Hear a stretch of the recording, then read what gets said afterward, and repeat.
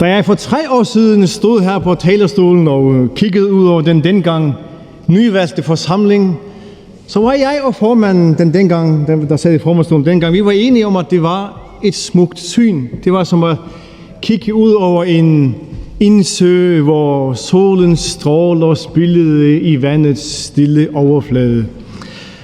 Og det er også i dag, i aften, et smukt syn. Men få dage har været så stille som den første. Storme har raset ind over søen. Pandemi, varmerekorder, inflation og krig har ødelagt den hyggelige idyll. Og så er der opstået uro i selve søen. Partier, der har været par, er blevet skilt. Og internt i partier har der været så meget strid, at nogen næsten er kollapset, og nye er opstået. Mellem blokkene er magtbalancen, den har ligesom rykket sig, og sidste morgen der har der været en massiv offensiv fra højre side mod statsministeren.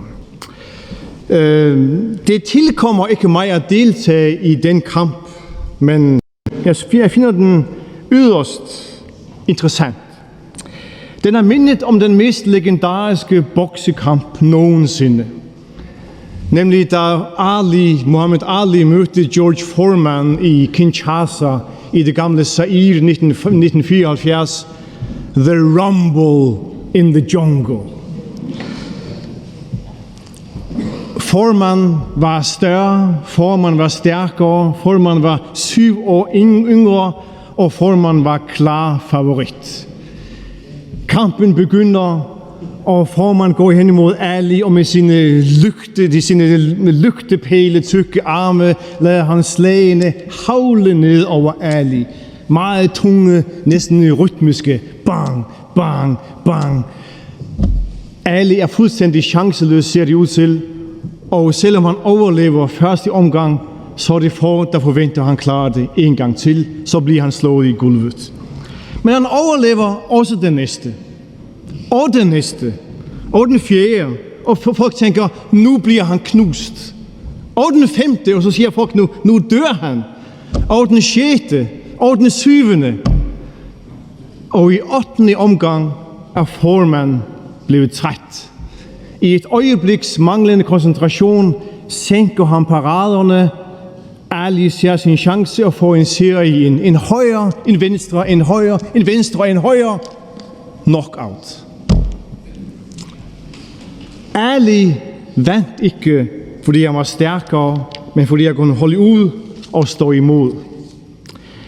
Som en anden legende, The Italian Stallion, alias Rocky, siger i den første film, It ain't about how hard you can hit, it's about how hard you can get hit and keep moving forward.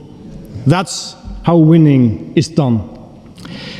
De sidste måneder har regeringens leder været som Ali, mens oppositionens leder har været som Foreman.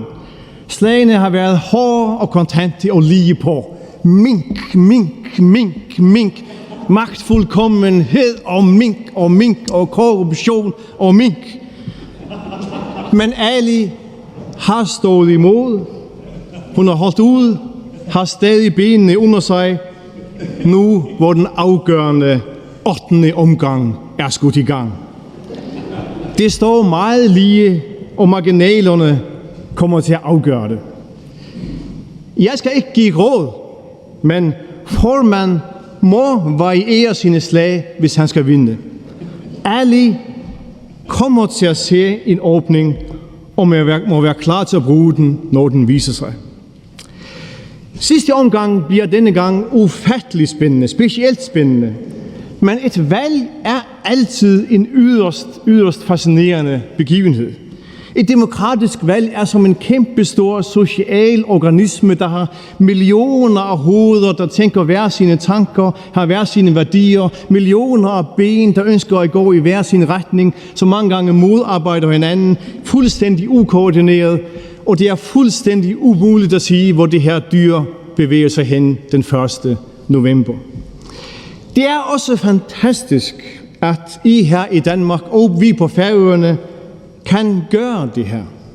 Det er symbolet på den frihed, som vi er født ind i, og som vi længe har taget for givet. Men når man besøger ufrie lande, så ser man, hvilket privilegium det er at kunne tale frit, at kunne tro frit, at kunne organisere sig frit og frit kunne vælge sine ledere. Jeg var forleden i Tallinn i Estland. Der levede man i ufrihed for 30 år siden. Nu lever man i frihed. Kontrasten er total. Der er hele verden til forskel. Og derfor kunne man mærke truslen fra den russiske diktator alle vegne i Tallinn. Luften var tyk af den. For esterne ved, at frihed hverken er en selvfølge eller en abstraktion. Det er noget helt konkret og noget uendeligt værdifuldt. Set i det lys er det næsten lige meget, om Foreman eller Ali vinder den 1. november. Forskellene er ikke så store. Det eneste, der virkelig har betydning i disse dage, er kampen mod den russiske aggression. Hvis man er i tvivl, kan man spørge i Estland, hvor man kender konsekvenserne af den slags. Og mit parti genvinder sin plads her i huset, er set i det lys naturligvis heller ikke vigtigt. Til gengæld vil jeg tillade mig at sige, til gengæld er det vigtigt at kunne se tilbage på 3 år og med oprigtighed kunne sige, at man har gjort sit allerbedste for det mandat, man fik. Jeg har også kunnet glæde mig over mange konkrete resultater, og de var ikke kommet uden samarbejde med rigtig mange parter. Med myndigheder, foreninger, erhvervsliv og kulturliv på Færøerne, med Folketing og regering og andre her i Danmark.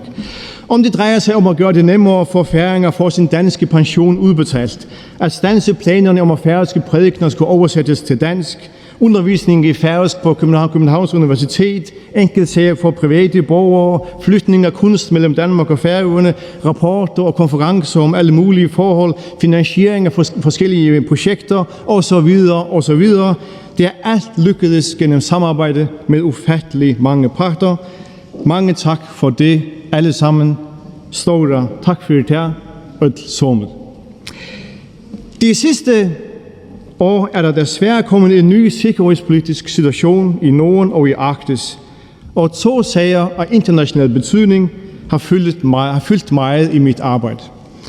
Opsætningen af en radar og udskiftningen af Huawei-telekommunikationsudstyret på Færøerne. Begge sager landede der, hvor mit parti ønskede, de skulle lande.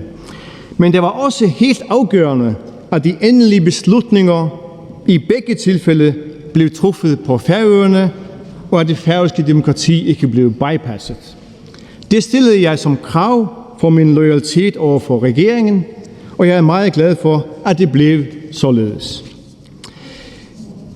I et tilfælde har jeg været sur. Det var med hensyn til bygningen af et nyt fængsel på Færøerne. Jeg fik aldrig lovet noget fængsel, men jeg blev lovet at være med i et forlig, hvor jeg endte udenfor alligevel. Siden har jeg dog talt med både stats- og justitsministeren om sagen, og jeg har fået klare løfter, ikke bare mundtligt, men også på skrift. Tak for det. De vil blive taget frem igen, hvis det skulle ske, at regeringen fortsætter, og jeg genvinder mit mandat. Til sidst, tak for samarbejdet, tak for tiden, og lad os huske, at valgkampen er mere end en kamp.